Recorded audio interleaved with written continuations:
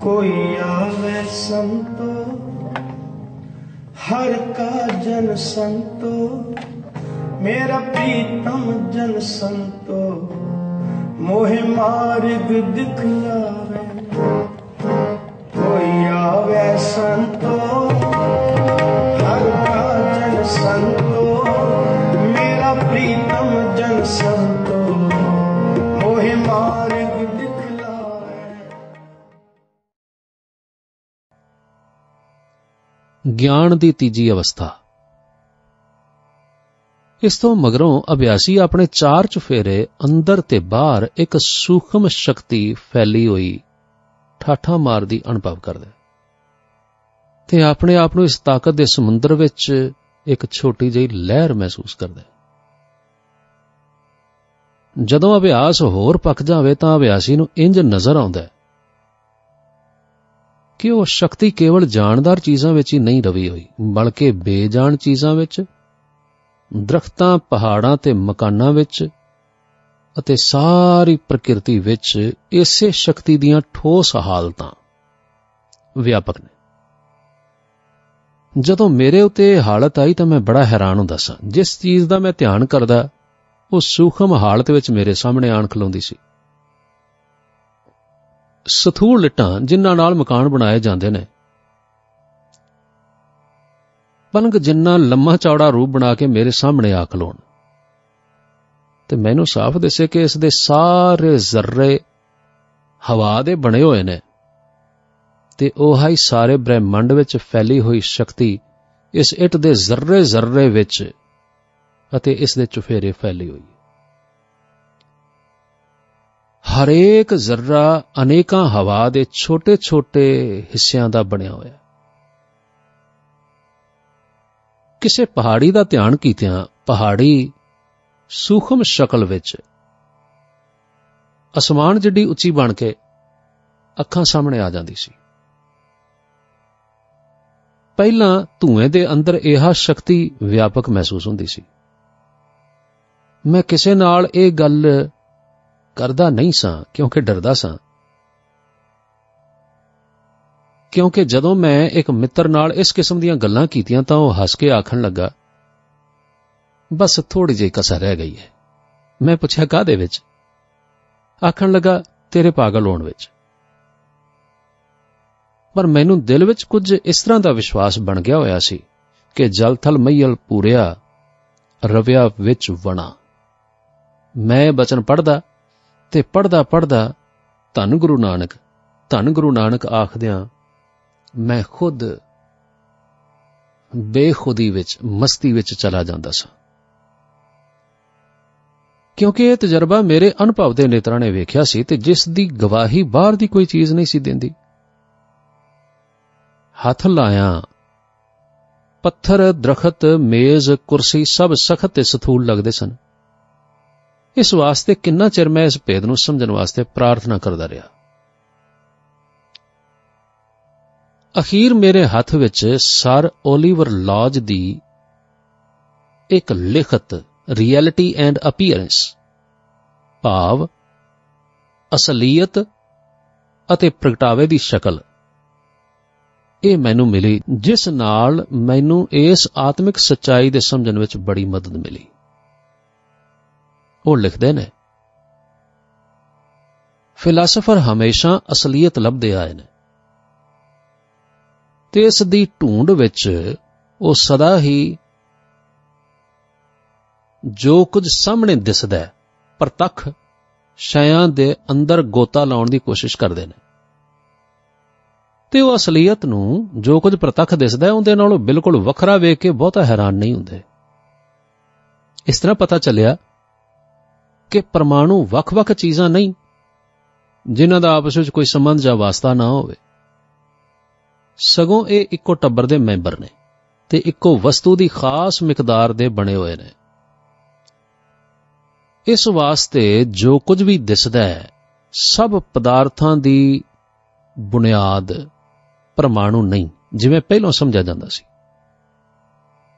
ਬਲਕਿ ਬਿਜਲੀ ਦੀ ਥਿਊਰੀ ਮੰਨੀ ਜਾਣ ਲੱਗੀ, ਜੋ ਕਿ ਪ੍ਰਤੱਖ ਰੂਪ ਵਿੱਚ ਵੇਖਣ ਵਾਲੇ ਹਿੱਸੇ ਦੇ ਬਿਲਕੁਲ ਵਿਰੋਧ ਵਿੱਚ ਲੱਗਦਾ ਸੀ।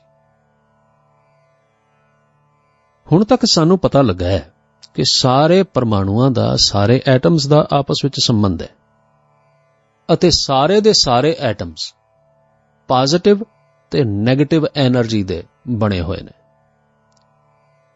ਇਹਨਾਂ ਪਰਮਾਣੂਆਂ ਦਾ ਆਪਸ ਵਿੱਚ ਫਰਕ, ਜਿਹੜਾ ਉਹਨਾਂ ਵਿੱਚ ਪੋਜ਼ਿਟਿਵ ਤੇ ਨੈਗੇਟਿਵ ਐਨਰਜੀ ਦੇ ਵੱਖ-ਵੱਖ ਤਰੀਕਿਆਂ ਵਿੱਚ ਵੱਧ ਘੱਟ ਮਿਲਾਵਟ ਕਰਕੇ ਪ੍ਰਤੀਤ ਹੁੰਦਾ ਹੈ। ਇਸ ਤਰ੍ਹਾਂ ਸਾਰੇ ਦ੍ਰਿਸ਼ਟਮਾਨ ਸੰਸਾਰ ਦੀ ਗੁੰਝਲ, ਸਭ ਪ੍ਰਤੱਖ ਨਜ਼ਾਰੇ ਸਾਡੇ ਸਰੀਰਾਂ ਸਮੇਤ ਅਤੇ ਹਰੇਕ ਚੀਜ਼ ਜੋ ਵੇਖੀ ਜਾ ਸਕਦੀ ਹੈ, ਇਸ ਦਾ ਕਾਰਨ ਦੋ ਵਸਤੂਆਂ ਦੇ ਆਪਸ ਵਿੱਚ ਅਨੇਕਾਂ ਤਰੀਕਿਆਂ ਦਾ ਮੇਲ ਸੀ ਤੇ ਉਹ ਦੋ ਚੀਜ਼ਾਂ ਨੇ ਪ੍ਰੋਟਾਨ ਅਤੇ ਇਲੈਕਟ੍ਰਾਨ, ਜਿਸ ਨੂੰ ਅਸੀਂ ਸੌਖੇ ਲਫ਼ਜ਼ਾਂ ਵਿੱਚ ਪੋਜ਼ਿਟਿਵ ਤੇ ਨੈਗੇਟਿਵ ਐਨਰਜੀ ਕਹਿੰਦੇ ਹਾਂ। ਇਹ ਬਿਲਕੁਲ ਮੁੱਢਲੀ ਤੇ ਅਤਿਅੰਤ ਜ਼ਰੂਰੀ ਤਬਦੀਲੀ ਹੈ ਤੇ ਐਸੀ ਸੱਚਾਈ ਹੈ ਜਿਸ ਦੀ ਜ਼ਾਹਰਾ ਸ਼ਕਲ ਸੂਰਤੋਂ ਕੁਝ ਪਤਾ ਨਹੀਂ ਲੱਗਦਾ, ਪਰ ਅਸਲ ਵਿੱਚ ਸਾਰੇ ਪਦਾਰਥਕ ਸੰਸਾਰ ਸੰਬੰਧੀ ਬਗੈਰ ਕਿਸੇ ਸ਼ੱਕ ਦੇ ਇਹ ਪੂਰਨ ਸੱਚਾਈ ਹੈ। ਇਸ ਲੇਖ ਦੇ ਪੜ੍ਹਨ ਤੋਂ ਪਤਾ ਲੱਗਾ ਕਿ ਜਿਹੜੀ ਸਾਇੰਸ ਦੀ ਪਹਿਲੀ ਥਿਊਰੀ ਸੀ ਨਾ ਕਿ ਪ੍ਰਕਿਰਤੀ ਛੋਟੇ-ਛੋਟੇ ਪਰਮਾਣੂਆਂ ਦੀ ਬਣੀ ਹੋਈ ਹੈ, ਉਹਦੇ ਵਿੱਚ ਬੜੀ ਤਬਦੀਲੀ ਆ ਚੁੱਕੀ ਸੀ। ਸਾਇੰਸਦਾਨਾਂ ਨੇ ਪਰਮਾਣੂਆਂ ਭਾਵ ਐਟਮਸ ਦੇ ਅੱਗੇ ਅਨੇਕਾਂ ਹਿੱਸੇ ਕਰਕੇ ਵੇਖਿਆ ਤੇ ਉਹ ਇਸ ਗੱਲ ਦੇ ਕਾਇਲ ਹੋ ਗਏ ਨੇ ਕਿ ਐਟਮਸ ਅੱਗੇ ਪ੍ਰੋਟੋਨ ਅਤੇ ਇਲੈਕਟ੍ਰੌਨ ਦਾ ਬਣਿਆ ਹੋਇਆ ਹੁੰਦਾ ਹੈ। ਇਹ ਪ੍ਰੋਟੋਨ ਅਤੇ ਇਲੈਕਟ੍ਰੌਨ ਬੜੀਆਂ ਸੂਖਮ ਲਹਿਰਾਂ ਨੇ। 1832 ਵਿੱਚ ਅਮਰੀਕਾ ਦੇ ਸਾਇੰਸਦਾਨਾਂ ਨੇ ਇਲੈਕਟ੍ਰੌਨ ਦੇ ਛੋਟੇ ਹਿੱਸੇ ਕਰਕੇ ਉਹਨਾਂ ਦਾ ਨਾਮ ਨਿਊਟ੍ਰੌਨ ਰੱਖ ਦਿੱਤਾ ਤੇ ਸਿੱਧ ਕਰ ਦਿੱਤਾ ਬਈ ਆਹ ਜੋ ਪ੍ਰਕਿਰਤੀ ਨਜ਼ਰ ਆਉਂਦੀ ਹੈ ਨਾ, ਅਸਲ ਵਿੱਚ ਬਿਜਲੀ ਜਾਂ ਕਿਸੇ ਹੋਰ ਸੂਖਮ ਸ਼ਕਤੀ ਦੀ ਬਣੀ ਹੋਈ ਹੈ। ਇਸ ਵਿਚਾਰ ਨੇ ਕਿ ਇਹ ਬ੍ਰਹਿਮੰਡ ਸ਼ਕਤੀ ਤੋਂ ਉਪਜਿਆ ਹੈ, ਮੇਰੇ ਅੰਦਰਲੇ ਅਨੁਭਵ ਦੇ ਨੇਤਰਾਂ ਨਾਲ ਵੇਖੇ ਤਜਰਬੇ ਨੂੰ ਬਿਲਕੁਲ ਪੱਕਾ ਕਰ ਦਿੱਤਾ। ਹੁਣ ਇਸ ਗੁਰੂ ਦੇ ਬਚਨ ਦੀ ਸੱਚਾਈ ਮੈਨੂੰ ਕਿਸੇ ਹੋਰ ਰੰਗ ਵਿੱਚ ਪ੍ਰਤੀਤ ਹੁੰਦੀ ਸੀ। ਜਦੋਂ ਮਹਾਰਾਜ ਗੁਰੂ ਨਾਨਕ ਦੇਵ ਫਰਮਾਨ ਕਰਦੇ ਨੇ, ਆਪੇ ਰਸੀਆ ਆਪ ਰਸ, ਆਪੇ ਰਾਵਣ ਹਾਰ, ਆਪੇ ਹੋਵੇ ਚੋਲੜਾ, ਆਪੇ ਸੇਜ ਪਤਾਰ, ਰੰਗ ਰਤਾ ਮੇਰਾ ਸਾਹਿਬ ਰਵ ਰਹਿਆ ਭਰਪੂਰ। ਆਪੇ ਮਾਛੀ ਮਛਲੀ, ਆਪੇ ਪਾਣੀ ਜਾਲ, ਆਪੇ ਜਾਲ ਮਣਕੜਾ, ਆਪੇ ਅੰਦਰ ਲਾਲ, ਆਪੇ ਬਹੁ ਬਿਧ ਰੰਗੁਲਾ, ਸਖੀਏ ਮੇਰਾ ਲਾਲ। ਨਿਤ ਰਵੈ ਸੁਹਾਗਣੀ, ਦੇਖ ਹਮਾਰਾ ਹਾਲ। ਪ੍ਰਣਵੈ ਨਾਨਕ ਬੇਨਤੀ, ਤੂੰ ਸਰਵਰ ਤੂੰ ਹੰਸ, ਕੌਲ ਤੂੰ ਹੈ, ਕਵਿਆ ਤੂੰ ਹੈ, ਆਪੇ ਵੇਖ ਵਿਗਸ। ਇਸ ਤੋਂ ਅੱਗੇ ਚੱਲ ਕੇ ਅਭਿਆਸੀ ਆਪਣਾ ਸਾਰੇ ਬ੍ਰਹਿਮੰਡ ਦਾ ਇਸ ਸੂਖਮ ਸ਼ਕਤੀ ਰਾਹੀਂ ਅਟੱਲ ਰਿਸ਼ਤਾ ਮਹਿਸੂਸ ਕਰਦਾ ਹੈ। ਉਹ ਵੇਖਦਾ ਹੈ ਕਿ ਐਸੀ ਕੋਈ ਥਾਂ ਹੋ ਹੀ ਨਹੀਂ ਸਕਦੀ ਜਿੱਥੇ ਉਹ ਹੋਵੇ ਤੇ ਉਹਦੇ ਨਾਲ ਇਹ ਸੂਖਮ ਸ਼ਕਤੀ ਨਾ ਹੋਵੇ। ਜਿਵੇਂ ਬੁਲਬੁਲਾ ਪਾਣੀ ਤੋਂ ਵੱਖ ਨਹੀਂ ਹੁੰਦਾ, ਕਿਰਨ ਅਤੇ ਸੂਰਜ ਕਦੇ ਵੱਖੋ ਵੱਖਰੇ ਨਹੀਂ ਹੋ ਸਕਦੇ, ਉਸੇ ਤਰ੍ਹਾਂ ਅਭਿਆਸੀ ਅਤੇ ਸਾਰਾ ਬ੍ਰਹਿਮੰਡ ਆਪਸ ਵਿੱਚ ਇਸ ਸੂਖਮ ਸ਼ਕਤੀ ਦੇ ਰਾਹੀਂ ਹਮੇਸ਼ਾ ਤੋਂ ਹੀ ਜੁੜੇ ਹੋਏ ਨੇ।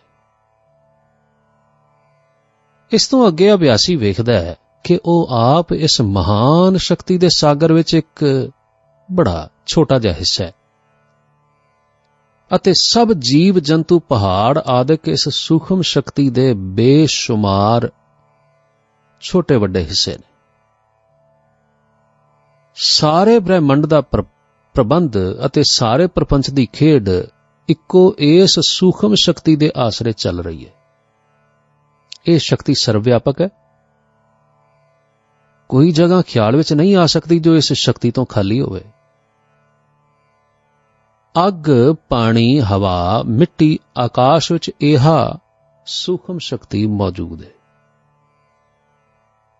ਜਿਵੇਂ ਸ੍ਰੀ ਗੁਰੂ ਅਰਜਨ ਦੇਵ ਜੀ ਫਰਮਾਨ ਕਰਦੇ ਨੇ ਆਸਾ ਰਾਗ ਵਿੱਚ, ਜੈ ਦੇਖਾਂ ਤੈ ਸੰਗ ਏਕੋ ਰਵ ਰਿਹਾ, ਘਟ ਘਟ ਵਾਸੀ ਆਪ ਵਿਰਲੇ ਕਿਨੈ ਲਿਆ, ਜਲ ਥਲ ਮਈਲ ਪੂਰਨ ਕੀਟ ਹਸਤ ਸਮਾਨਿਆ, ਆਦ ਅੰਤੇ ਮਦ ਸੋਈ ਗੁਰ ਪ੍ਰਸਾਦੀ ਜਾਣਿਆ। ਬ੍ਰਹਮ ਪਸਰਿਆ ਬ੍ਰਹਮ ਲੀਲਾ, ਗੋਵਿੰਦ ਗੁਣ ਨਿਤ ਜਨ ਕਇਆ, ਸਿਮਰ ਸੁਆਮੀ ਅੰਤਰਜਾਮੀ, ਹਰ ਏਕ ਨਾਨਕ ਰਵ ਰਿਹਾ। ਬੇਜਾਨ ਚੀਜ਼ਾਂ ਵਿੱਚ ਇਹ ਸ਼ਕਤੀ ਗੁਪਤ ਹਾਲਤ ਵਿੱਚ ਮੌਜੂਦ ਹੈ ਤੇ ਜਾਣਦਾਰ ਚੀਜ਼ਾਂ ਵਿੱਚ ਇਹ ਸ਼ਕਤੀ ਘੱਟ ਗੁਪਤ ਹਾਲਤ ਵਿੱਚ ਹਾਜ਼ਰ ਹੈ।